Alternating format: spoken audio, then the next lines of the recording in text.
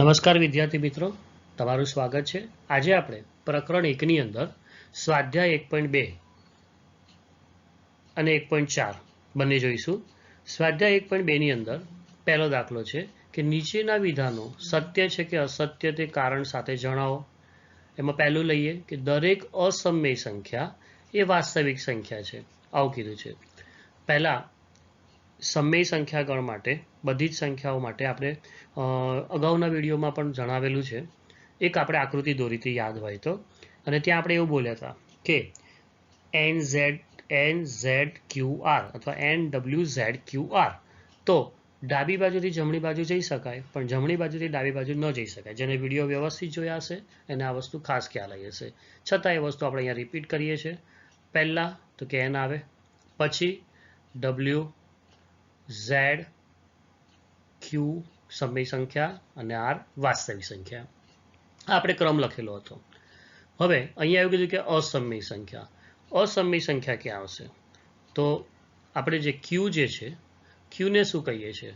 તો Q ને આપણે સમય સંખ્યા કહીએ છીએ. શું કહીએ છીએ? સમય સંખ્યા. આ છે Q, આ સમય સંખ્યા છે. અને જે R છે, R ને આપણે શું કહીએ છીએ?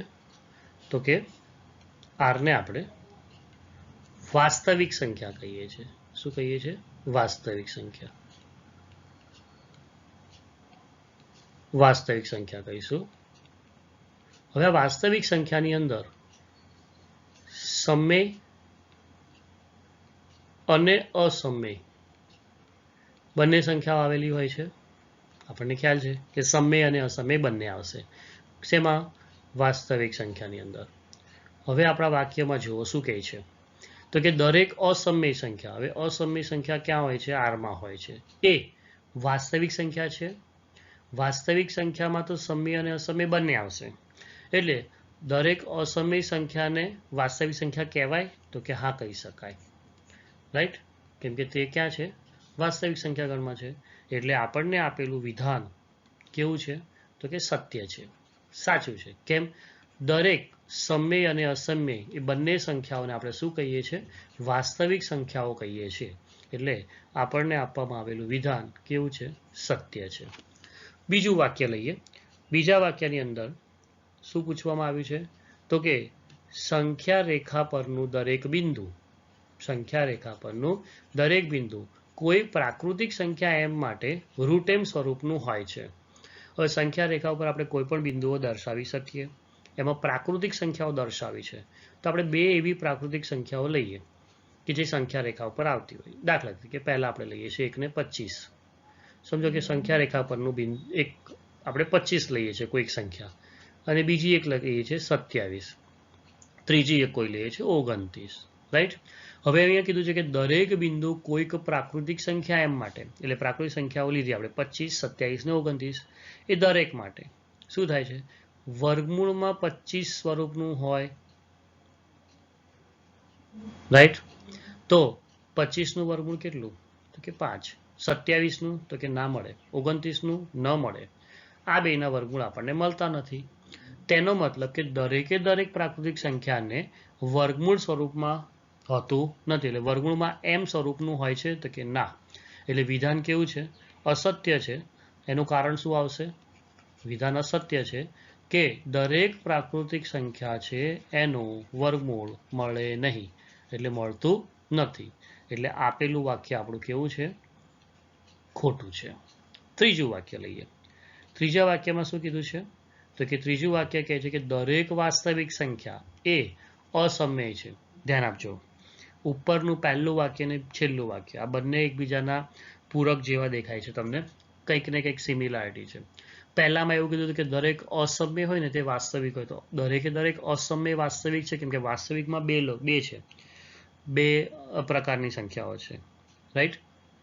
જ્યારે અહીંયા ઊંધું કહે છે દરેક વાસ્તવિક સંખ્યાઓ, એટલે એ જ આકૃતિને આપણે જોઈએ, ઉપરની જ આકૃતિ, દરેક વાસ્તવિક સંખ્યા, બધી વાસ્તવિક સંખ્યાઓ શું અસમય જ છે? ના. દરેકે દરેક વાસ્તવિક સંખ્યા શું સમય જ છે? તો પણ ના. બંને વસ્તુ માટે ના. કેમ? તો કે માત્ર સમય નથી ને માત્ર અસમય નથી, બંને પ્રકારની સંખ્યાઓ છે. એટલે તમને આ જ વાક્યમાં એવું પણ પૂછે અહીંયા કે અસમય લખ્યું છે, તેના બદલે જો સમય શબ્દ લખે ને તો પણ વાક્ય ખોટું જ છે. કે દરેક વાસ્તવિક સંખ્યા એ સમય સંખ્યા છે? ના. અસમય સંખ્યા છે? ના. સમય અને અસમય બંને હોય એટલે એનો એક ભાગ છે. શું છે? એનો ભાગ છે.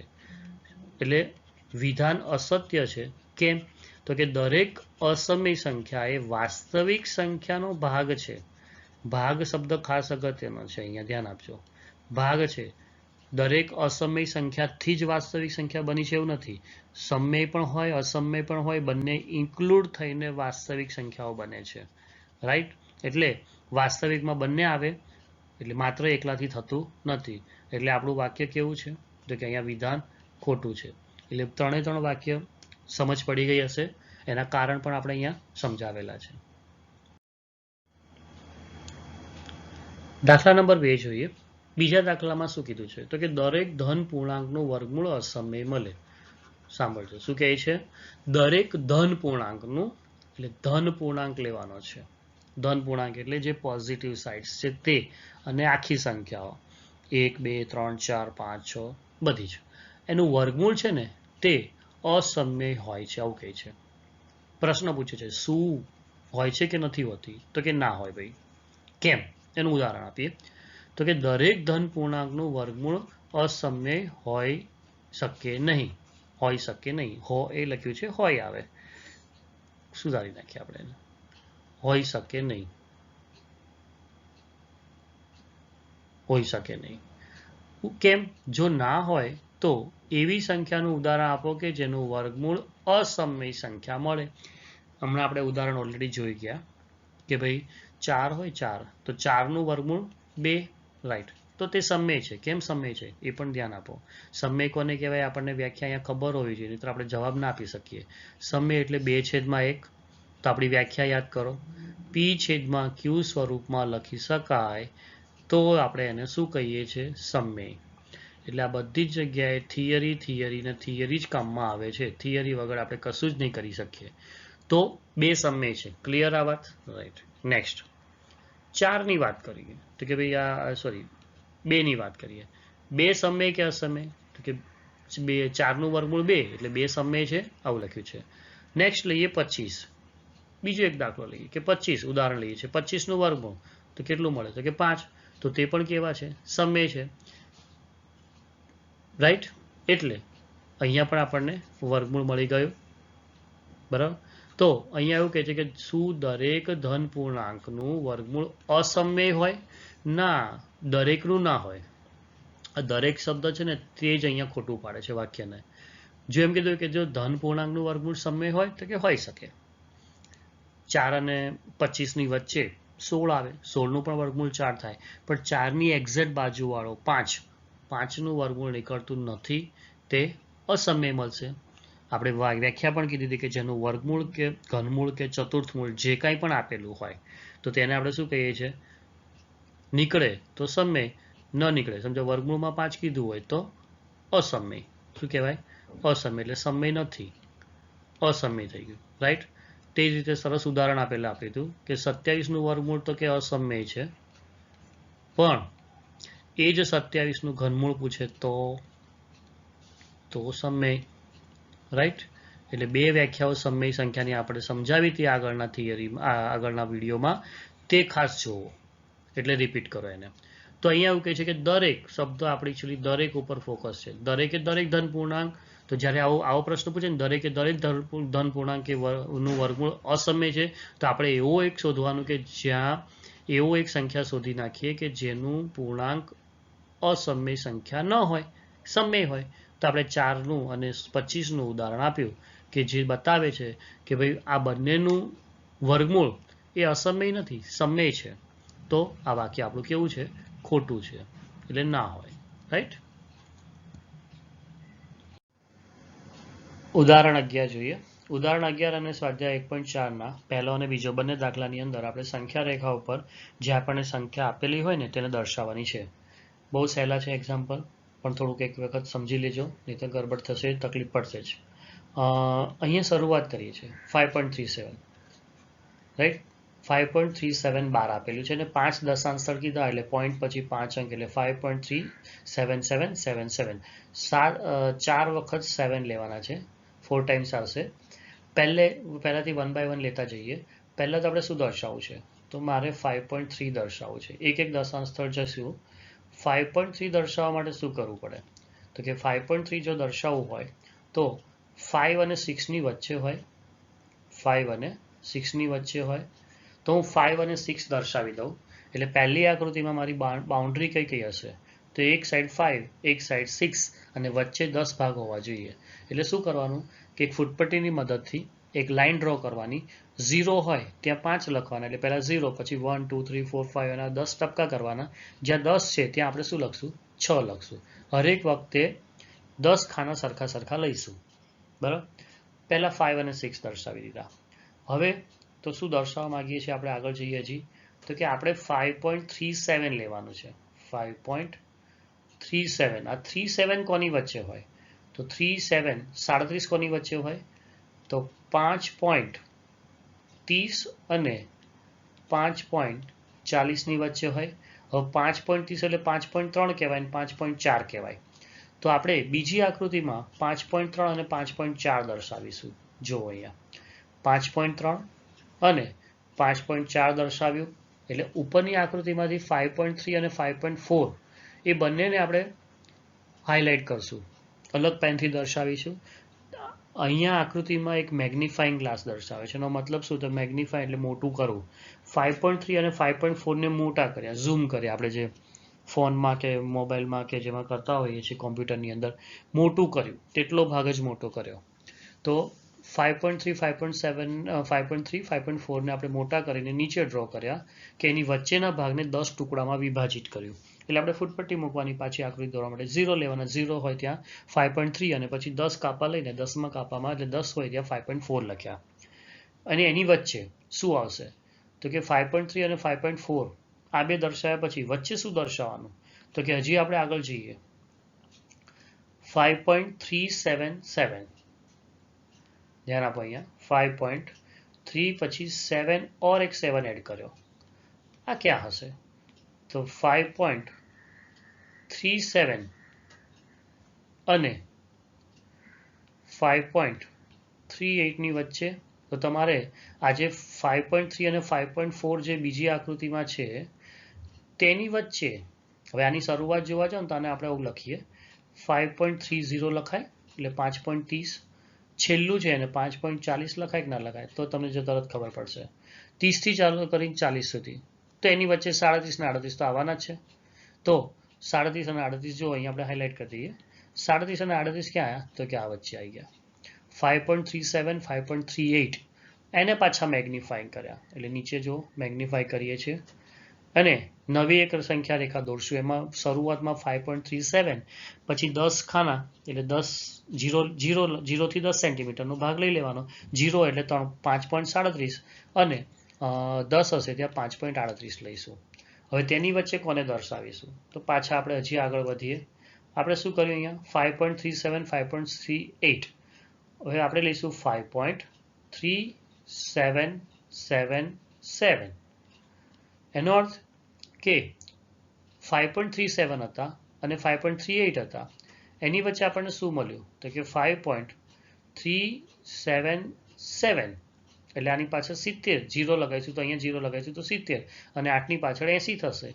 તેની વચ્ચે 77 તો 77 અને 78 5.378 આ બંનેની વચ્ચે કેમ કે આ બંનેના 10 ભાગ કરશું એટલે નેક્સ્ટ આપણે જે ફિગર ડ્રો કરી તે કઈ કરી તો કે 5.377 અને 5.378 લીધા વચ્ચે અહીંયા જો મેગ્નિફાઈંગથી શું દર્શાવ્યું 5.378 અને 5.77 બરાબર 5.37 થી શરૂઆત કરો તો અહીંયા પણ આપણે લખવું હોય તો લખાય કે આ ખરેખર શું છે તો કે 5.370 કહેવાય આને 5.370 બોલાય અને લાસ્ટ છે 5.380 પાછળ 0 લખવામાં કોઈ વાંધો નહીં એટલે હવે સમજણ પડશે કે 370 ને 380 આ પાછળ જુઓ આપણે હાઇલાઇટ કરતા જઈએ 370 ને 380 દેખાય છે અહીંયા રાઈટ 370 380. હવે 70 અને 80 ની વચ્ચે 77 એટલે 5.377 377 378 એને પાછા મેગ્નિફાય કર્યા એટલે 5.377 5.378. હવે એની વચ્ચે પાછા 10 ભાગ કરીએ છીએ એટલે આપણે પાછા અહીંયા ઉપર આવી જઈએ. ક્યાં સુધી આપણે પહોંચ્યા 5.377 એટલે 5.377 અને 5.378. જો આ વસ્તુ અહીંયા આપણે લાવ્યા રાઈટ. એની પહેલાનું હતું જુઓ આપણે અહીંયા મૂક્યું. એક એક આપણે ગ્રુપ બનાવતા જઈએ ત્યાં તેને ડ્રો કરેલું છે અને આગળ વધતા જઈએ છીએ. હવે આ બંનેની વચ્ચે કોણ આવે તો કે આપણે જવું છે 5.37777. કેટલી વાર આવ્યા ઉપર 3 વાર હતા અહીંયા 4 વાર કરી દીધા. હવે આ કોની વચ્ચે હોય તો કે છેલ્લો સાતડો કાઢી નાખો અને શું કરો તો કે 377 3 7 થઈ ગયા અને 5.3778 શું થયું 3777 અને 3778 એની વચ્ચે. તો 377 જે આપણે આ ગ્રુપ લીધું છે આ ગ્રુપની અંદર વચ્ચે હજી બી બે સંખ્યા આપણે દર્શાવીશું. કઈ આને આપણે આજે પહેલી અંક છે એને હું આવું લખી શકું કે 5.3770 3770 અને અહીંયા છે 3780 રાઈટ. તો એની વચ્ચે 3777 અને 3778. આ બે વસ્તુ જો અહીંયા થોડી કાચી દેખાય છે પણ આ છે કઈ કઈ છે લખી નાખીએ. 3777 શું છે આ 5 પોઈન્ટ અહીંયા થોડુંક બહાર લખીએ 5.3777 અને આ જે છે ને હું બહાર લખું છું અહીંયા જુઓ 5.3778 રાઈટ. હવે આ બંનેની વચ્ચે તો આજે આપણું સંખ્યા દર્શાવી છે એને આપણે હાઇલાઇટ કરીએ અલગ કલરથી. આ જે પાર્ટ અહીંયા વચ્ચે જો એરો કરેલો છે તો એ બંનેની વચ્ચે છે તો એની વચ્ચે એટલે અહીંયા આપણે લખીએ જો અહીંયા 3777 દેખાય છે અને 3778 એ બેની વચ્ચે કોણ આવશે તો તે બંનેની વચ્ચે આપણે લખી શકીએ 5.3777 અને વાપસ એક 7 થઈ જાય કેમ કે આ બંનેની વચ્ચે કેટલા છે 37 એટલે 3777 એટલે એની પાછળ 0 મૂકીએ તો 37771 અને 37780 એની વચ્ચે 37777 થઈ જશે. એટલે આ સંખ્યા આપણે અહીંયા ડ્રો કરી. એટલે આવી રીતે એક પછી એક એને મેગ્નિફાઈંગ કરતા જવાનું અને આપણે જે સંખ્યા માગી હોય તે સંખ્યા રેખા ઉપર તમારે દર્શાવવાની છે. સ્વાધ્યાય 1.4 નો પહેલો દાખલો જોઈએ છે. શું આપ્યું છે વિપુલ દર્શિતાની મદદથી ધ્યાન આપવામાં વિપુલ દર્શિતાની મદદથી સંખ્યા રેખા ઉપર 3.765 દર્શાવો. અહીંયા પણ આગળના દાખલાની જેમ જ છે. શરૂઆત કરીએ આપણે. પહેલું આપણને શું જોઈએ છે પહેલા તો આપણે એના ટુકડા કરીએ 3.7. હવે 3.7 ક્યાં હોય તો સ્વાભાવિક છે કે 3 અને એના પછી કોણ આવે 4 એ બેની વચ્ચે હોય એટલે આપણે પહેલી જે ડ્રો કરશું આકૃતિ એમાં કોને દર્શાવીશું તો કે 3 અને 4 દર્શાવે જુઓ છે 3 અને 4 આપણે દર્શાવ્યા છે. હવે એને મેં મેગ્નિફાઈંગ કર્યા આપણે નીચે તો આ બેને 3 અને 4 બંને છેડા ઉપર લખ્યા. 3 એટલે શું કહેવાય તો કે આપણે 3 એટલે 3.1 કહી શકીએ લખવું હોય તો લખાય 3.0 સોરી અને 4 એટલે 4.0 એની વચ્ચે તો કે 3.1 3.2 3.3 3.4 આપણે 3.7 દર્શાવવા છે પછી એના પછી 6 છે એટલે 3.76 ક્યાં આવશે તો કે આ 3.76 છે એટલે 70 અને 80 ની વચ્ચે હોય તો કે 3.70 અને 3.80 તો 3.7 અને 3.8 ની વચ્ચે તો આ 3.7 દર્શાવ્યા અલગ કલર લઈએ 3.7 દર્શાવ્યા અને 3.8 દર્શાવ્યા રાઈટ. એને પાછા આપણે મેગ્નિફાઈંગ કર્યા જુઓ રાઈટ આ નીચે દેખાય છે ઓકે. તો સ્ટાર્ટમાં 3.7 લાસ્ટમાં 3.8 આ બે વસ્તુ દર્શાવી આપણે 3.7 અને 3.8 જો અહીંયા 3.7 છે 3.8 છે અહીંયા પણ શું હતું 3.7 3.8 શરૂઆતમાં શું હતું 3 અને 4 હતા, તો શરૂઆત કરી 3 થી, લાસ્ટમાં 4 લીધા, એ બંનેની વચ્ચે 3.78. હજી આગળ લઈએ, હવે જોઈએ છે 3.76. 3.765 એટલે ક્યાં લેવાનું, તો કે 3. આપણે શું કરવાનું કે જે લાસ્ટ ડિજિટ હોય ને, લાસ્ટ ડિજિટ એને 0 કરી દેવાનો, એટલે 3.760 અને 3.76 એટલે 60 પછી કોણ આવે 70, 770 આ બેની વચ્ચે હોય, એટલે આપણું નેક્સ્ટ કોણ હોય 3.76 અને 3.77 હોય, 0 કાઢી નાખો, તો 3.76 અને 3.77 જો અહીંયા દર્શાવી દીધું છે, 3.76 અને 3.77 છે, એ બંનેને આપણે મેગ્નિફાઈંગ કરીએ એટલે 3.760 3.77 થઈ ગયું 780. ઓકે, 770 આવે, સોરી, થાય એટલે 3.760 આ પહેલું આપણે દર્શાવેલું છે, અહીંયા ધ્યાન આપો, ક્યાં દર્શાવ્યું છે, રાઈટ અહીંયા 3.760 આ દર્શાવ્યું, અને 3.770 જુઓ, 3.770 આ દર્શાવ્યું. હવે એની વચ્ચેના આપણે 10 ભાગ પાડી દીધા, ફૂટપટ્ટીનો જ ઉપયોગ કરવાનો, 0 હોય ત્યાં પહેલો અંક અને લાસ્ટ 10મો હોય ત્યાં આપણે અહીંયા જે લીધું હોય તે લાસ્ટ અંક લઈએ છીએ, બરાબર. એટલે આપણે આ બે વસ્તુ દર્શાવી 3.760 અને 3.770.